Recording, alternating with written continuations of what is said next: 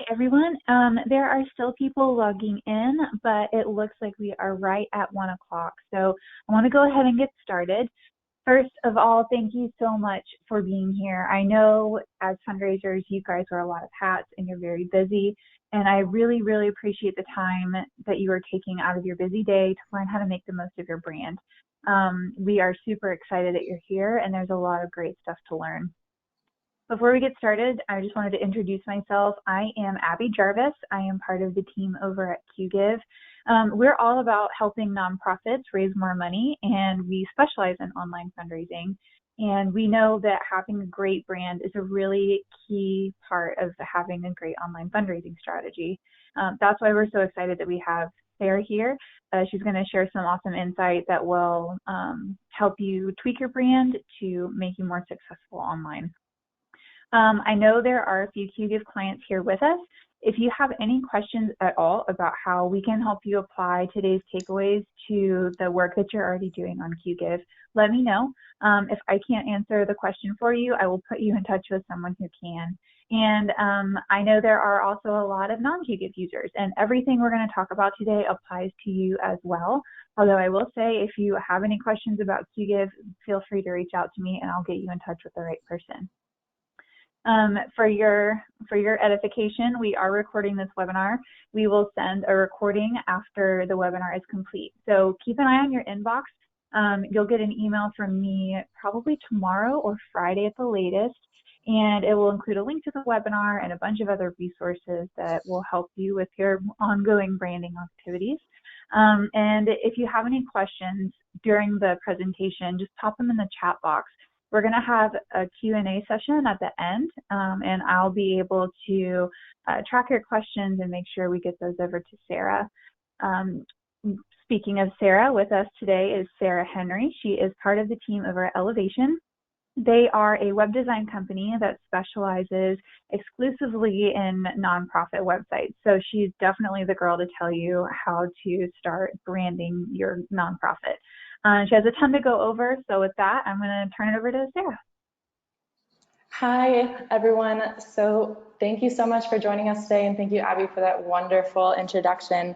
I'm really excited to be here with you guys and share a little bit about what we do at Elevation and share our information that we've built about building your brand and building your nonprofit brand, because building your brand is such an incredible portion of what a nonprofit is. And I'm going to kind of go into a little bit about what the brand is and why that might be kind of a scary word for some people.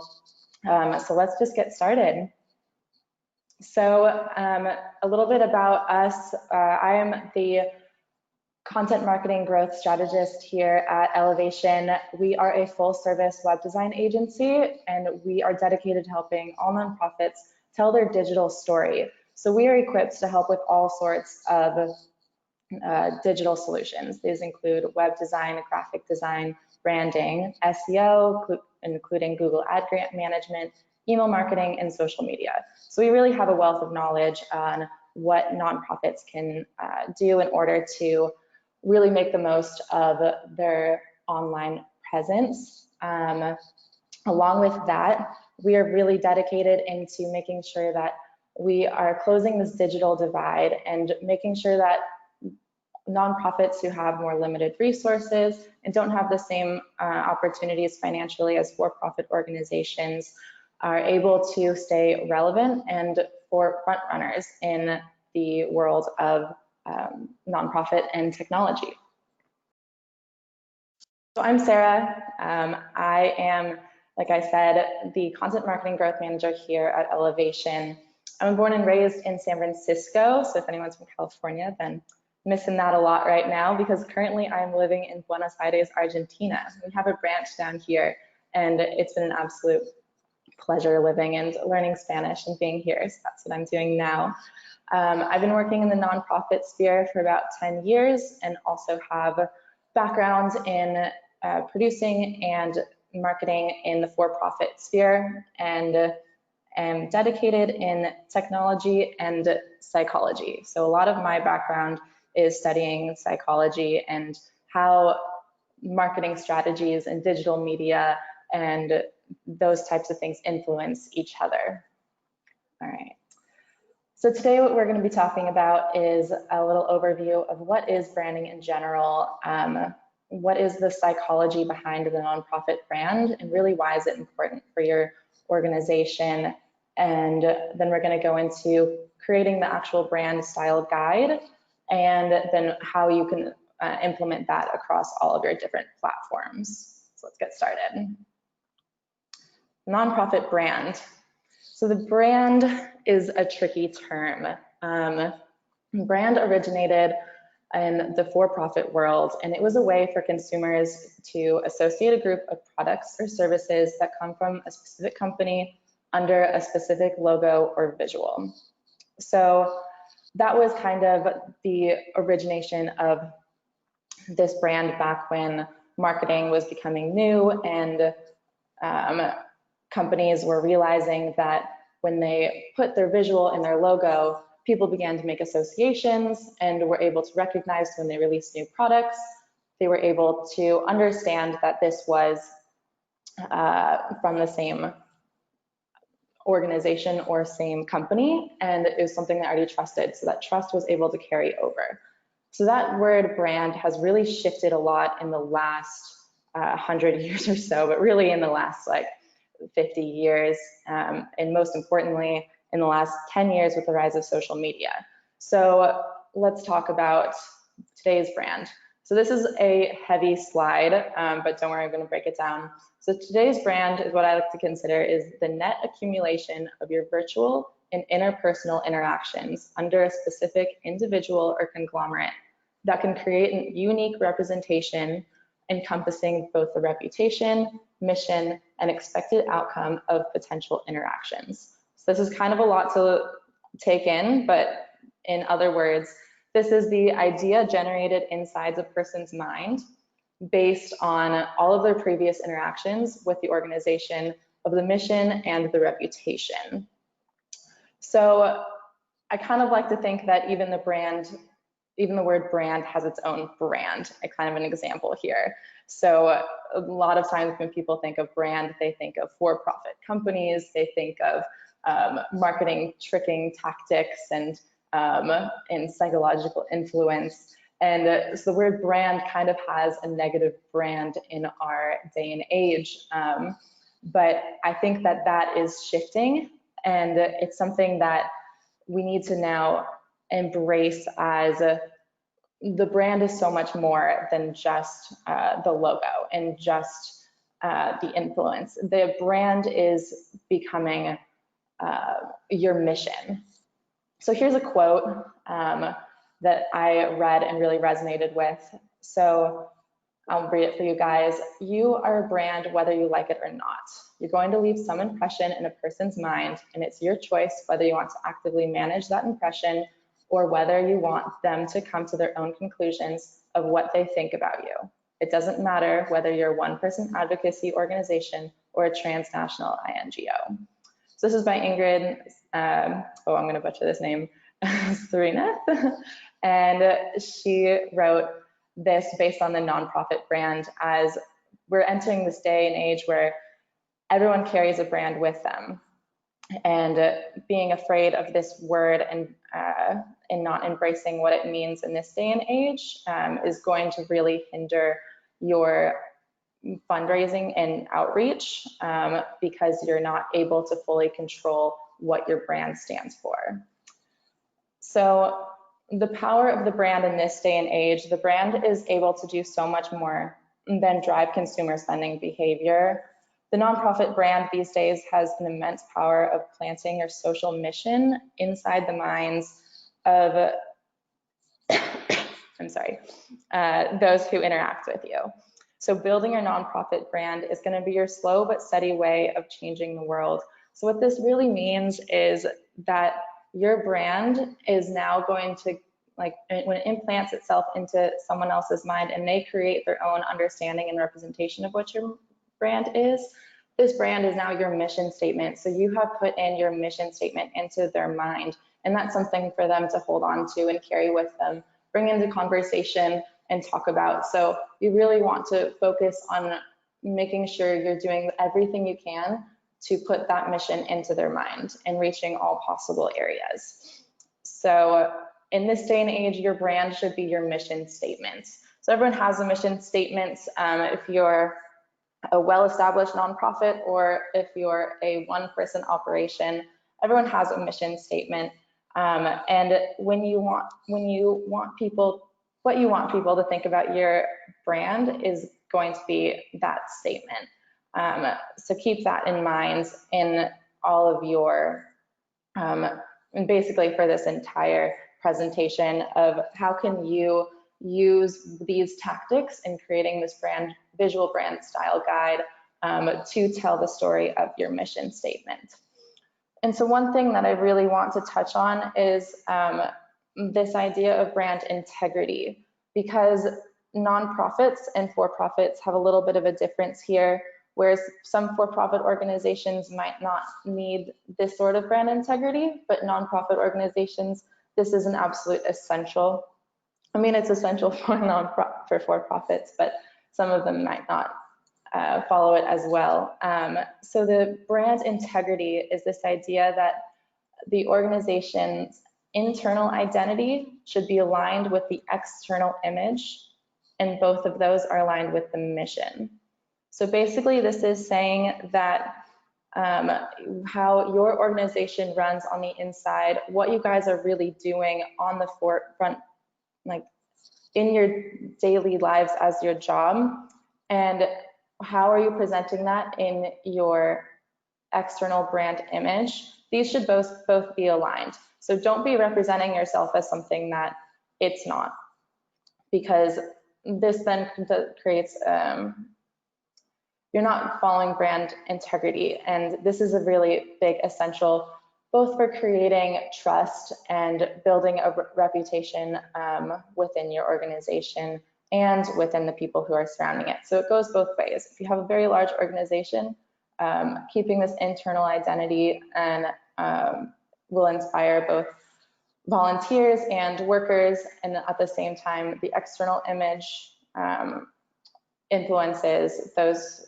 potential donors, fundraisers, and everyone who you interact with. So keep those as your mission. And I want to note that this term was penned by Natalie Kylander, who has done a ton of research in the nonprofit brand sector. The link to a wonderful article written by them is at the bottom of this page, so feel free to check that out. So next we're going to get into the psychology of the brand. And here's a few things that I want to start with. So when you are introducing yourself and your organization, it's easy to think that people will automatically just kind of trust who you are and trust what you're doing. But people are very hesitant when being introduced to new things. So trust must be earned. It's not going to be given. So there's two different kind of first touch points that you can create within your outreach. So one will be organic discovery. And this is when content is discovered by someone when they're searching the web or scrolling through their Instagram feed and no one's referred them to it. It's just something that they discovered on their own. This you have little control over what they first experience. So building trust and trustworthy content is really very important. This is also a slower way of creating trust because people often look to their friends, colleagues, people they follow in order to kind of create a image of trust in their mind. And this, when they discover it themselves, they're going to be a little bit more hesitant to make a decision and a judgment. The other way is a referral. This is when content has been introduced by another source. Judgment is going to be influenced by the original source's brand or reputation. So this creates trust or mistrust much faster. Another thing is we don't like change. And so this might be getting a few eyebrows because most, if not all of you, are change makers, fighting for something different, fighting for your change in your community, in the world. But really the catch here is we don't like change in the things we already trust or are beginning to trust. So as you build your brand, you're beginning this conception and idea in someone's mind. If you start out, the first touch point is we're raising money to save the whales. And then the next touch point would be it's our mission and awareness piece on illegal whaling happening around the world. And then you see the Instagram feed is pictures of resources, of people on the ground, things like that, of doing your mission and working with whales, educating about whales. This makes sense. The person understands your organization is dedicated to saving the whales and already has built authority on the subject. But so now say the person experiences that you're raising money to save the whales, and then you go to their Instagram feed and it's all about the earth and conservation. So there's already a little jump of things might not make as much sense. And if you're very new and just starting out and you don't have that big name brand recognition yet, this is going to confuse people and also hold us back. So this is, excuse me. When things don't match up, we're going to be disappointed and confused, and trust is lost. So how are we going to build this trust? Think of it kind of like a scale. If someone meets you on organic discovery, their level of trust is going to be at 0, and they have no expectations for you whatsoever yet. However, if they meet you based on a referral, they might already have some sort of trust built in, which would be kind of in the positive way. And if they were referred to you from a site that they themselves don't really trust, it might already be in the negative side. So you don't want you trying to not have referrals from the mistrusted sites. So in this way, you need to make sure that everyone you partner with has that same, has that same level of mission and trust and integrity that you want your brand to stand by.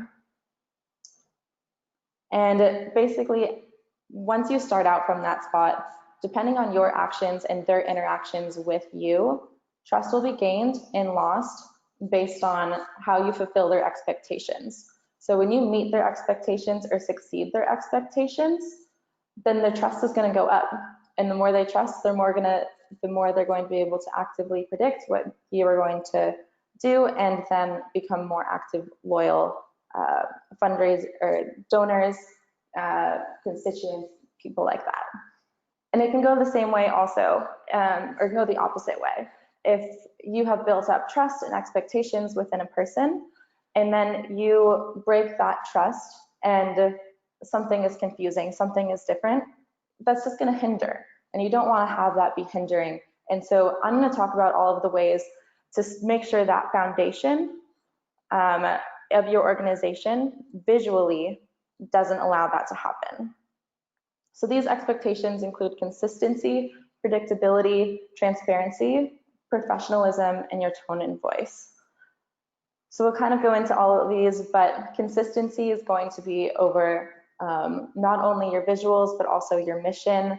And while your mission can grow, make sure that your root mission is always active. Predictability is when people look for something from you, they know what they're going to receive in return. Transparency is, are you certified by GuideStar? Are you open about where your donations are going, what they really mean and what they do? Professionalism is, of course, that you look put together and true to your brand. And then tone and voice is going to be how you speak to present yourself. And inconsistencies with that we'll get into can be minor but hindering.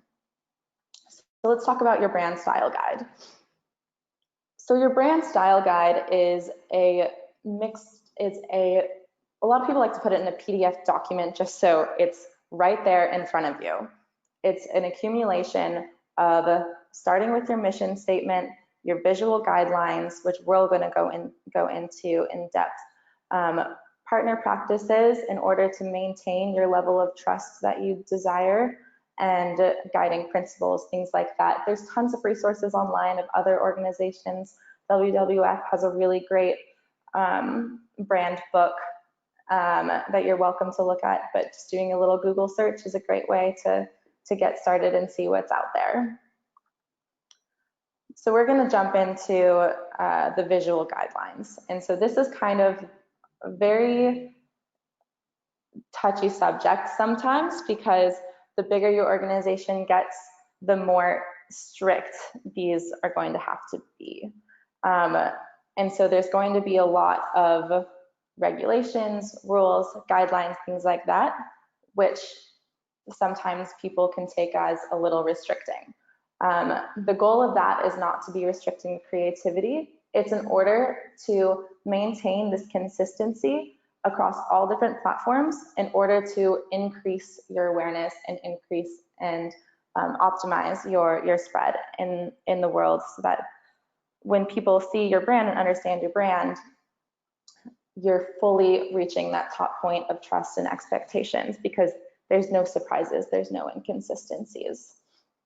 So no matter what stage of, whether you're a new organization or a well-established organization, getting started in this visual consistency is very, very important to building that trust. So your brand style guide, a basic guide, is going to consist of your logo uses, your color palettes, and your fonts.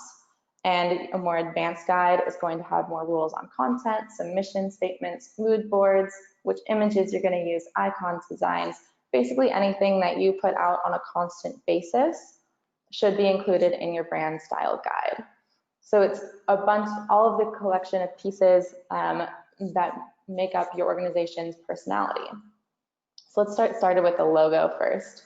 So these are some of the really nice logos you can check out on Elevation. We have a great resource of 75 what we think are some of the best nonprofit logos for a myriad of reasons. But so let's get started into how creating your own. When you're creating your logo, you want to start with your identity. It's the number one thing and importance, that your logo is going to represent who you are. It's going to be the most visually recognized piece that people see, and sticking that piece and sticking that icon on something is going to have immense power. So when you're breaking this down, you're going to want to start with what's the description of your organization, who are you serving, what are similar nonprofits that are working in your realm, what do their logos look like. You don't want to be blending in, doing the same thing, but if you noticed a trend, make sure you note that and decide how you want to respond. Preferred type of design, got a list of these designs on the side here. Feel free to take a screenshot or a picture of that, or we can send out our brand style guide at the end of this, and basically goes into all of this. So check out that. Also think about your slogan or tagline that you already have created. What is the overall feeling of the logo that you're trying to admit? And if you already have color fonts and preferences, make sure you note those. So a few things when you're considering creating you should consider while you're creating your logo is break it first down into what is your mission in 2 words.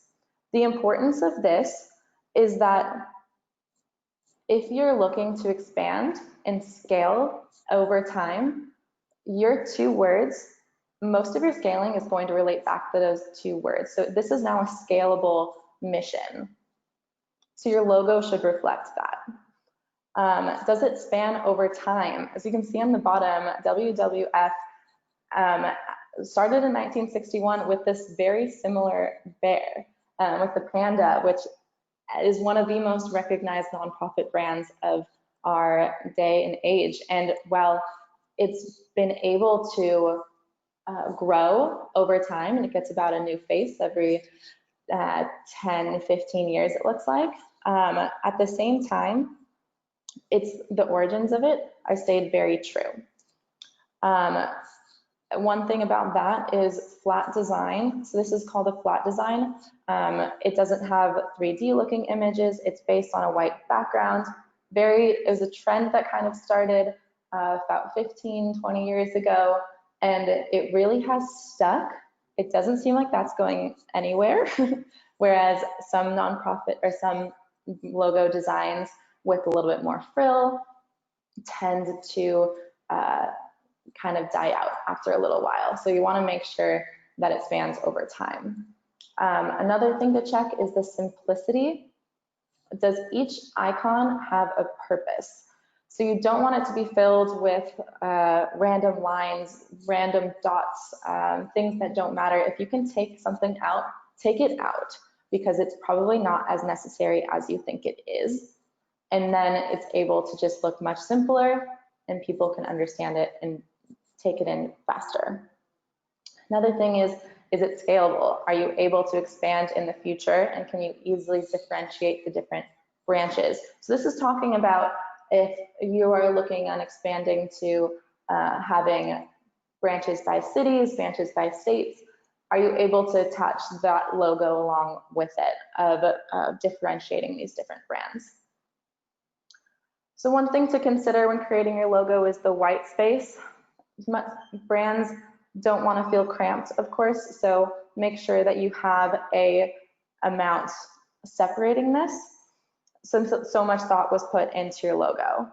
Don't crowd it by things, because it's just going to like die out in that if it's too cramped in. So keep a minimum white space area to be used around the logo. You also should have layout options. Your options should include one very small, scalable, and easily placeable icon that's going to be recognizable, and then plus one more that either has your full organization name or plus your slogan. So have two options there. And if you have a tagline, you might want to consider having one horizontal and one vertical and square. You also should consider a few things of how not to use the logo. So your logo is something that is the number one thing that people recognize on your brand. And so that is something that you want to be aware of. It seems a little bit restricting when you say like, oh no, I'm sorry, we can't use your logo in a triangle box, because that's not what it really signifies. But this regulation is incredibly important when people taking in this information, and having this consistency is something that people will really thrive by. So making sure that you are noting that stretching and distorting, rotating, adding different graphic effects, and adding strange backgrounds, those ones are things you're going to want to take note of. When you're creating your logo, make sure that you have appropriate size and resolution. This is going to be your pixel size. So in order for, you can see right here that if the size is too small, when you blow it up, it's going to be pixely, it's going to be difficult, and it's not going to look as clear, concise as the one that has the larger resolution. So make sure you start with that larger size, because you can always scale it down depending on what you need. So this is a quote by John Williams from Entrepreneur Magazine. He's been doing branding for a very long time, but he suggests that you can't look at a logo for fewer than 10 seconds and redraw it with decent accuracy. It's probably too complex to be easily remembered. So this is really just remembering that keep it simple and don't overdo it. Make sure everything there has a reason. All right, so now we're going to jump into colors. So some of you have probably heard about color psychology. There's a lot that goes into this research, and there's tons of different things you can find online about color psychology. And so here's just a few little examples. The color red is going to be found more alerting, health-oriented, and passion-related, while yellow brings sunlight, happiness, optimism. It's considered one of the happiest colors. Green is going to be rooted in nature, energy, and fresh, while water is or blue is often considered to be dependable and comfortable and rooted in water. So they have a lot of associations just from our day-to-day activities. So take that in mind when you are choosing your color scheme for your organization. So for each color, you're going to need specific color codes. So there's 4 different color codes that you need, and these are all used in very different things. If you're unfamiliar with the color code, it's a series of numbers and letters that create that one specific color, either online or in printing. So you need your CMYK for your full color printing, your Pantone for logo and stationery printing, and your RGB is going to be for web use, while your hex is also going to be for web use. So hex number is often used in HTML publications as well online. So following your primary colors, these as an example from UCLA, we have your 2 primary colors. You're going to have your secondary colors, and you could even after that have your tertiary colors. And these are just other variations that you can use. The larger you get, the more these are going to be regulated as these become more visible. You can also have a brand gradients. It's good to just recognize the start and end point and the midpoint just to make sure that the gradient is consistent. So then there's this color combination chart, and this looks a little bit ridiculous, but if you really look into it, you see why it's necessary.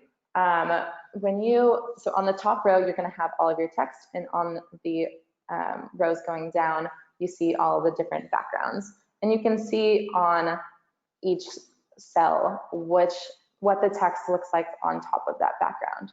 And you'll note underneath it, they have grades. So there's a AAA, a AA, a do not use in red, and this is basically saying which color combinations are going to work best, which color combinations you should avoid, and this is really to create the most visually engaging and simple experience that you can when people are using your content.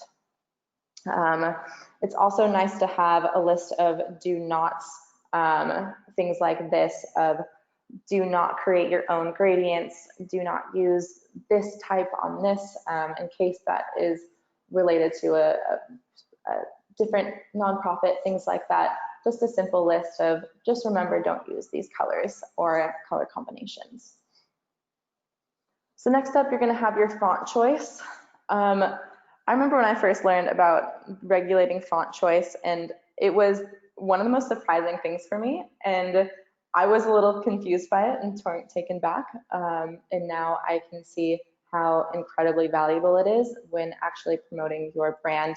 And it's going to be incredibly valuable for nonprofits here too. It plays a massive role in creating your brand.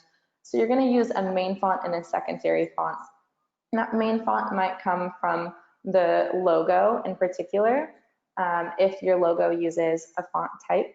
And if it doesn't, then you're just going to choose one main font that is a little bit more oomph, a little bit more defining characteristics, and might be a little bit harder to read. It can have more of your personality and energy.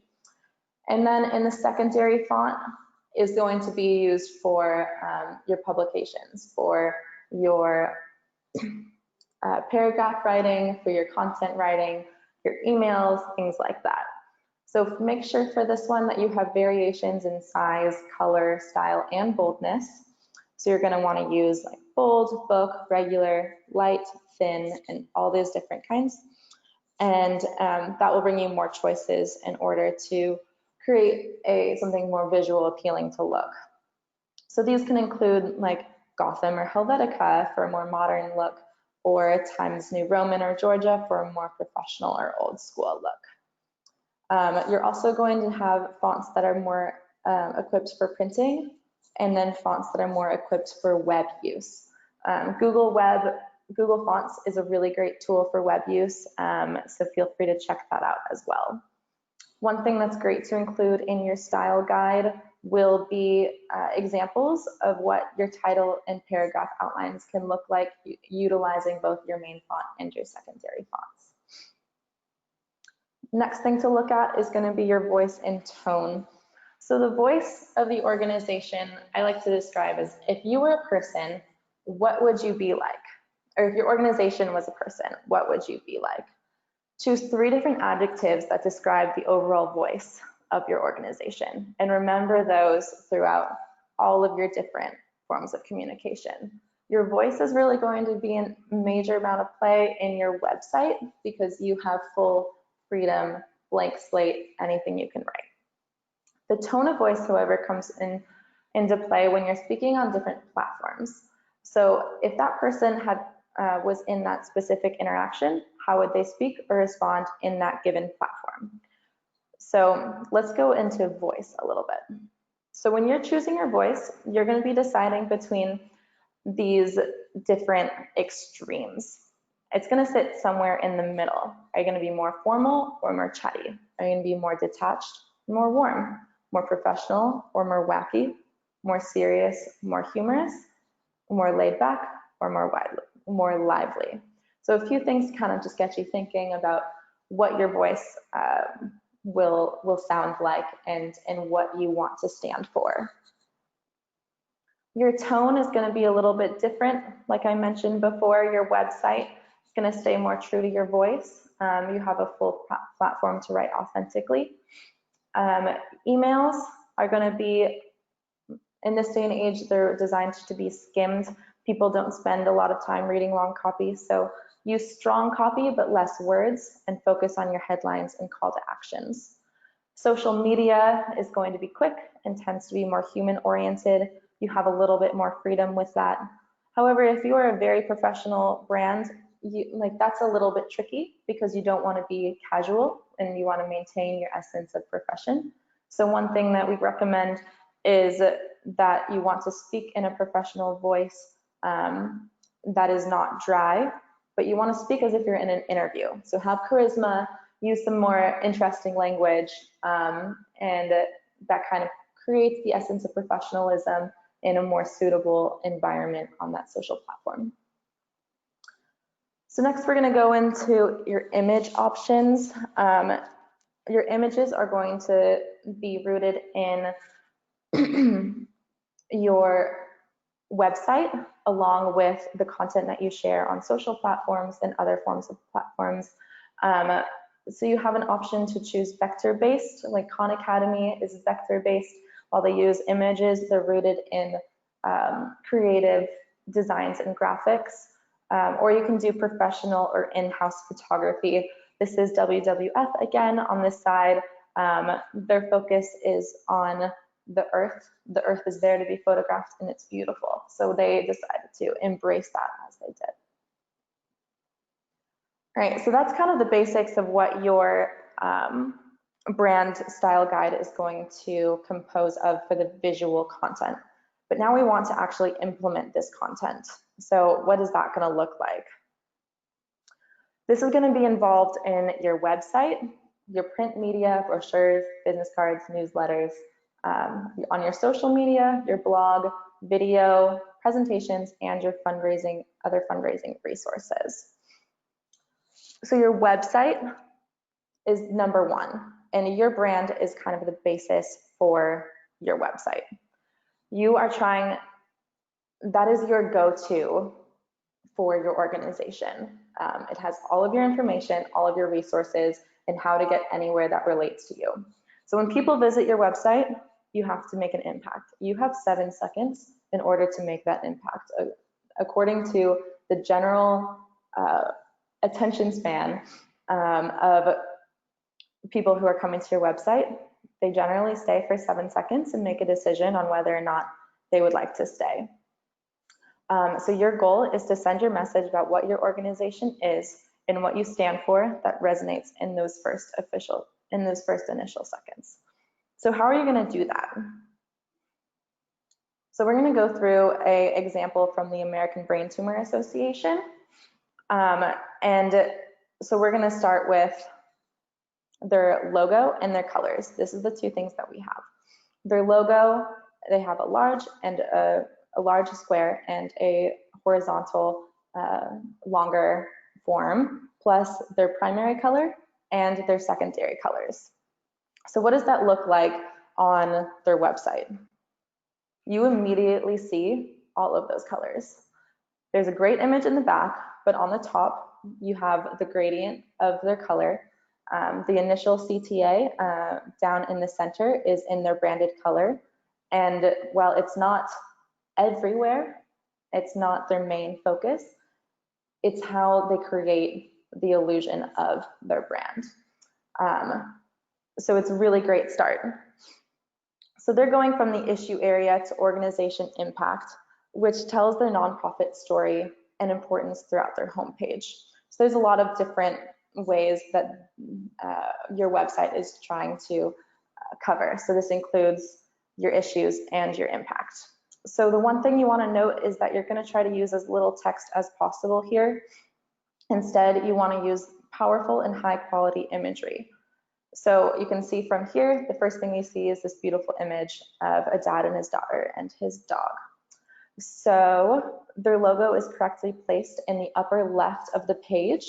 You can see on the left, the American Brain Tumor Association, and it has their words. It's the full logo, their horizontal logo. And on the right, you're gonna see the donate page in one of the secondary colors. So the donate page is generally on the right in most practices. So keeping it there is a great way for people to associate within themselves. Choose one of your secondary colors for that image. So that you have both the primary and the secondary colors featured here. And then a few other ways that the American Brain Tumor Association has built their brand through their site that you might not even be noticing. Their mission statement is right smack dab in the center. This organization is a support group for people affected with brain tumors and a resource for both patients and caregivers. So what else can you learn from them? They have transparency. At the top, you have their phone number, your social sites, and ways to contact the organization. You know that they're a nonprofit. You have the logo on the left, the donation button on the right. What you can learn from the menu, the About Brain Tumors, is not about us, it's about their topic. It's an educational resource, and they're now branding themselves as a source of authority. Get Involved is a community and opportunities for interested parties. Research is more focused and creates the essence of authority and that they are an informed organization. They have a section for healthcare professionals and other ways to donate. So the importance of all of this is that the more you can consider yourself an authority figure and build that trust and see that professionalism, the more confident people are going to be when donating to your organization. And when people are coming to research, they want to see this transparency, this professionalism, this mission statement all together in your brand. One unique thing that they have that a lot of nonprofits are looking into is this accessibility feature. You can see on the right and at the top, they have different languages. So already you know that they're caring more and making sure to go the extra mile for those that need it. So these are a few of the pages that they have information about brain tumors and educational resources on their topic. Note that they have the consistent font, the consistent image in the background that is then covered with their color and is filled with their primary and secondary colors here. The footer is very similar, that it has the logo and transparency in the phone number, email addresses, fax number, location of the headquarters, the address, along with all relevant links. They also have more transparency underneath the Charity Navigator. They have certifications from Charity Watch and America's Best Charities. So that's another way of giving them credibility when people are coming to research the organization. So all of this and what they've learned is now a representation of what this brand stands for. And all of these colors and all of this text is going to be picked up psychologically and associated with this mission. So carrying that forward through the rest of your sites is going to be very important. So let's look at other ways that this can be implemented. Social media and Facebook. You have a few options here. Your profile image should be your logo. Your cover photo can be a little bit more creative as a your cover photo will be your first impression. It can be something that's an upcoming event or informative on your organization. And also make sure that your photos are consistent with your brand coloring, things like that. And continue that transparency through your About Us page. So the important things to note on when designing your Facebook page is that, well, number one, everyone needs a Facebook page in this day and age. It's the number one thing that many people look at to ensure legitimacy, but it, however, is not the most interacted with piece of content. So make sure you have it. It doesn't have to be your number one main focus, but make sure that you're checking your profile image, your cover photo, your About Us, and your photo branding. You also have Twitter. It consists with a very similar thing with the added benefit that online you get to choose your color for whether or not you're following, and your tweet to page and your own color brand. So American Brain Tumor Association used their primary color of purple to then create that extra essence of brand. So you want to note on here your color scheme. You can also check who you follow. That's a good representation and authority. Your profile image and cover photo, what you share and the language that you share it in is important to note and stay consistent. You also have the freedom to change your username and your name. These are good for if you have different branches underneath your username, and your location and link. So keep that transparency available and make sure that you're hitting all of those marks. Next up, we have YouTube. I'll go through these kind of quickly and so we can keep on time. You're going to have a cover photo, a profile image, a featured upload, which is going to be your main video people see when they go to your YouTube page, about the organization, the mission, and the background is what you want it to cover. So people come, they understand, and it's their first touch point on your page. You can also edit your About Us page to include your description, relevant details, and links, and your ability to change the featured image on the videos and look coherent. So if you see on the right, you can change the the thumbnail that you use on your images in order to stay consistent with colors, things like that. Then we have social media for Instagram. Instagram you have a little bit more freeway with, and you can decide based on your brand of what images you want to share. So you want to make sure that you are seeing something that represents you, but you have two options. The main option is this WWF, who decides to use their relevant content, continuing with their images of the earth, things like that. It creates visually appealing. People want to follow for more than just their mission organization, and that's another way to draw in people. Here you can change your photos and stories, your highlight line, which is what goes underneath, your bio, your username is something to be considered, your actual name, your bio, your website link, which can be changed according to different campaigns, and your hashtags. This is another organization, the UN Women and United Nations Women Organization. They take the branding of keeping with their more graphic-oriented branding, and when you look at an image and it comes up on your feed, you see their brand immediately. Not everyone chooses to go this way, but it's definitely an option, especially when you're more vector-based and when you want to use this as a source of information and awareness, instead of sharing photos and using the captions primarily as WWF does.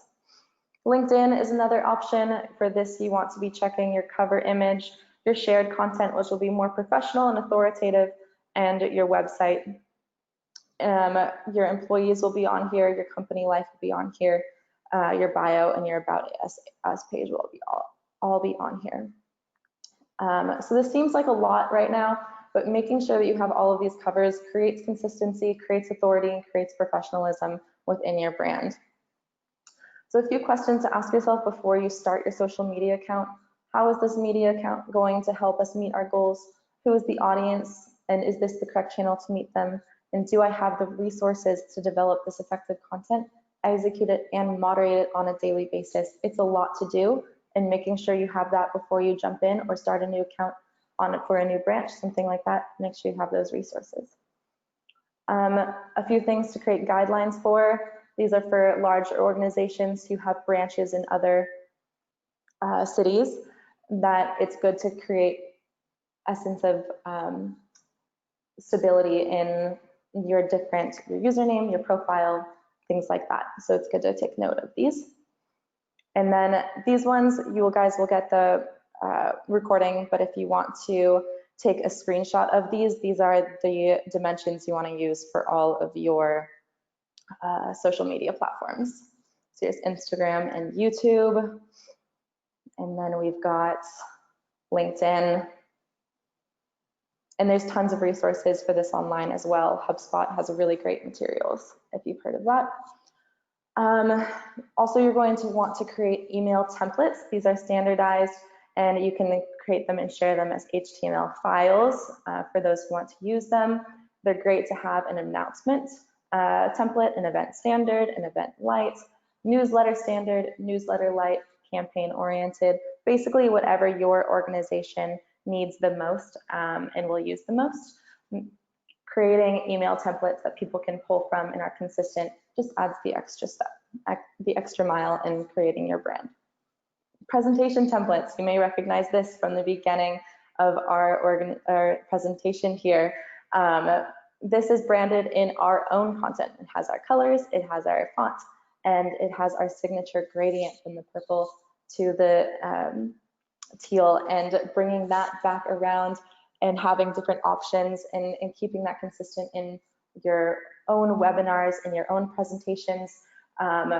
Having your presentation decks to potential donors looking professional and ready is an incredible way to establish legitimacy and professionalism and keep your brand stable. Other things you want to look into is print media.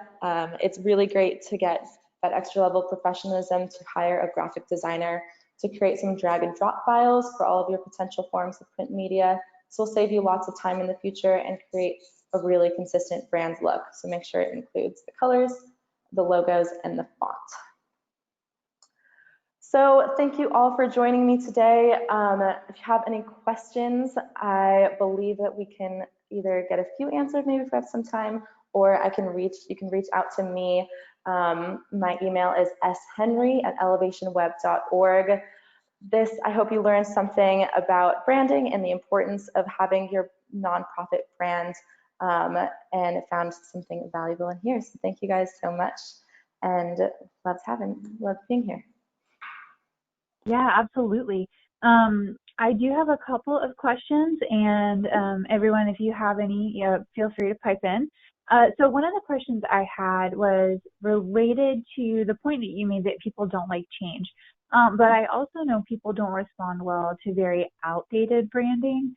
So how do you know when change is necessary, and how do you kind of identify what the most important pieces to update are?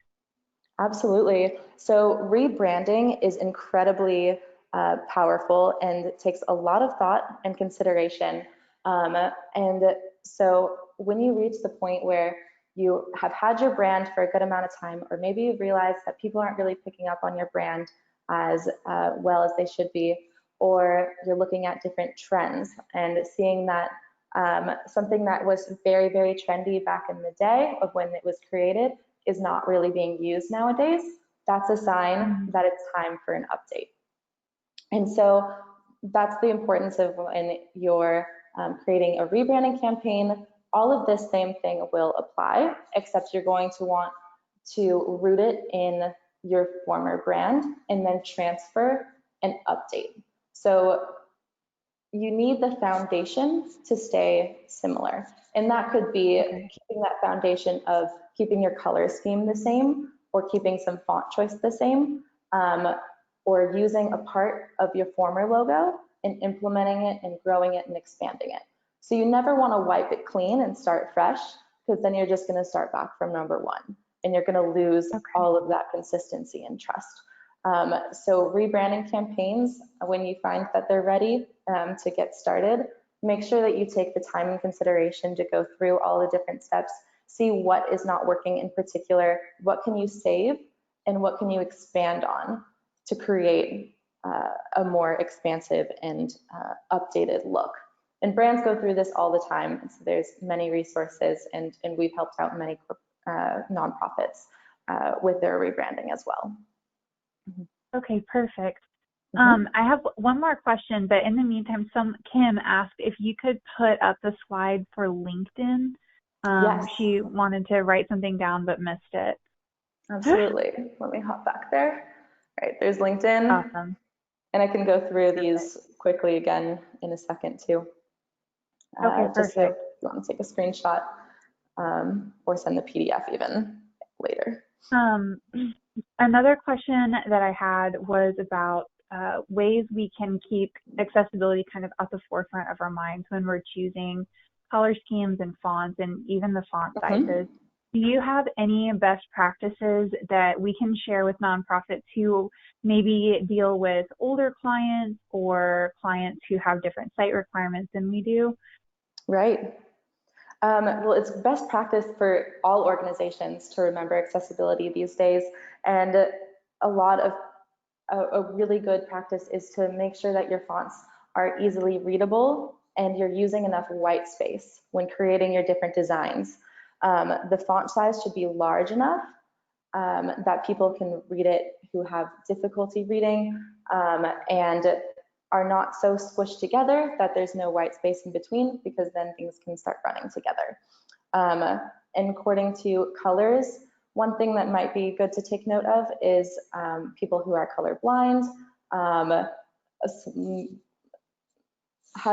creating a logo that uses two colored images using a red and a green layered on top of each other, you're going to lose that entire population of being able to recognize that brand and your logo. So definitely look into the relationships of colors between that. Along with accessibility, it's very important nowadays to have any video content you produce, create captions on, upload those either onto the video file themselves or create and import a file caption onto your YouTube video that people can trigger captions or not. And if you have any more questions about that, feel free to reach out to me. I can give a little bit more detailed information on that. Yeah, so I think that about covers the three. Yeah, that's really helpful. I didn't even think about the colorblind issue. Yes. And I think that just kind of speaks to the point that if you don't have accessibility needs, it's hard to anticipate what people might need. Are there any resources that you would recommend for people who are looking for insight maybe about what accessibility issues they might need to address? Yes, let me pull up a link, and I can send a link. There are guidelines now these days of recommendations. Yeah, so I can include a link in the follow-up email that you guys will all get about accessibility guidelines that are really great for brands to follow to make sure you're hitting all of the resources, along with the accessible web plugin that we use on our own website to create that accessible feature. Yeah. Perfect. Okay, awesome. So everyone, I will send you a follow-up email with the recording and a couple other resources, and we'll be sure to get that in there. And I've got one more question from Melissa. She said, when you have a new product or campaign, is it a good idea to copyright the idea before showing it off or going to sponsors so no one can steal your idea? So I guess, when do you need to copyright a logo and when do you not need to worry about it? I would suggest, depending on the size of your organization, it is good to copyright any materials that are specific to and will be reused by your brand. Copywriting your main logo in particular is the most important one to copyright, because you want to make sure that that is yours and is not being used in ways that are not approved by you. Variations of that, you do have a little bit more leeway, but I would suggest making sure that if something is going to be like a nationally branded campaign with a very large audience, I would suggest copywriting something like that. If it's a smaller organization-based, community-based logo that plays off your own logo already, you might not need to copyright that. Just adding some text, unless the text is very specific in your font choice and or especially designed font. Just adding text might not need to be logoed, but if you are doing those specific copyrighted, but if you are doing those specific specifications, then that would probably be very helpful and beneficial. Okay. And do you tend to start the copywriting progress when you have finalized everything, or do you recommend copywriting maybe different iterations of logos as you're trying to choose what you're going to use? I would suggest waiting until you have the copy, like you have the final logo that you're going to decide on. It doesn't seem that necessary to copyright those that you're deciding between, unless you want to save them for future use. Okay. So if you're just going to scrap it, you probably won't need to copyright it. But if it's related to you and you want to use it in the future, just and kind of put it on hold for now, probably worth looking into copywriting that. Perfect. That is super helpful, especially for me, because I have never even touched copywriting or logo generation or anything. That covers the questions that we have now. Everyone, you have been absolutely fantastic in signing up and joining in and asking questions, and it's been really great working with you guys. Keep an eye out on your inboxes. I will send you a follow-up email in the next couple of days that will include links to your resources. Sarah mentioned her presentation. It will include a link to the recording. It will link you to some resources from the Qgiv blog, and it will let you know about upcoming webinars in case you're looking for other fun webinars to attend. Sarah, thank you so much. I know you're away all the way down in another hemisphere, but I really appreciate you taking time out of your day to share your insight with us. I really appreciate it. Thank you so much for having me. It was a pleasure to be here. Good. Awesome. All right, everyone, have a great Tuesday. We will see you at the next webinar, and let us know if we can help you with anything. Have a good one. All right. Bye.